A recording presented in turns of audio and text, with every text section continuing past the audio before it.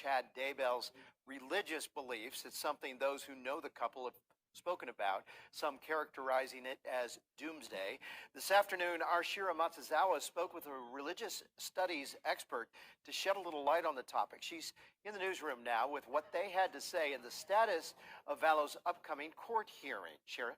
Mark, we're taking a look at both of those topics as multiple investigative agencies are meeting today in Salt Lake City to discuss details in connection with Lori Vallow and her missing kids, as well as the deaths surrounding those cases.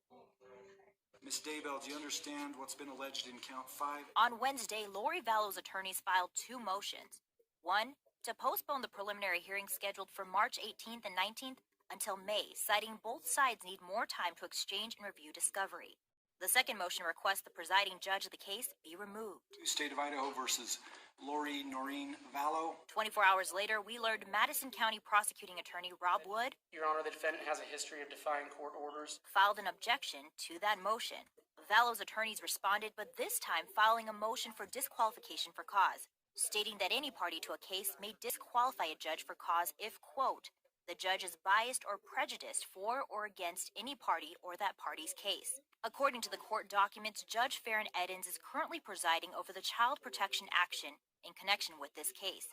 Criminal defense lawyer and former Attorney General David Leroy tells KTVB Judge Edens makes the final decision on whether he will recuse himself from the case or appeal the motion, all depending on whether he thinks he has the ability to be impartial. These documents come as we're now getting a more in-depth look into the religious beliefs of Vallow and her new husband, Chad Daybell. Chad Daybell and Lori Vallow, for the most part, are Mormon.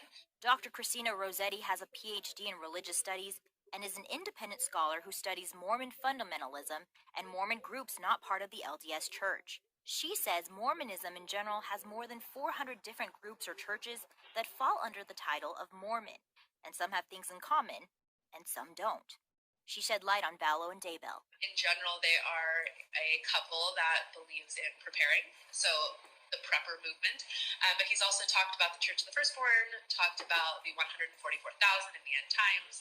So they have a very strong focus on the end times and the last days. Some are questioning why the couple was still attending church services if they didn't share the same beliefs, something Dr. Rossetti addressed. There is a long history of Mormons who kind of believe in additional things or different things from the institution still attending LDS Church.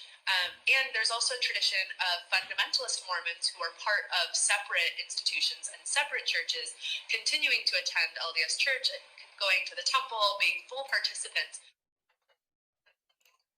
Now, as for Vallow's court case, her attorneys are requesting the preliminary hearing be rescheduled for May 7th and 8th.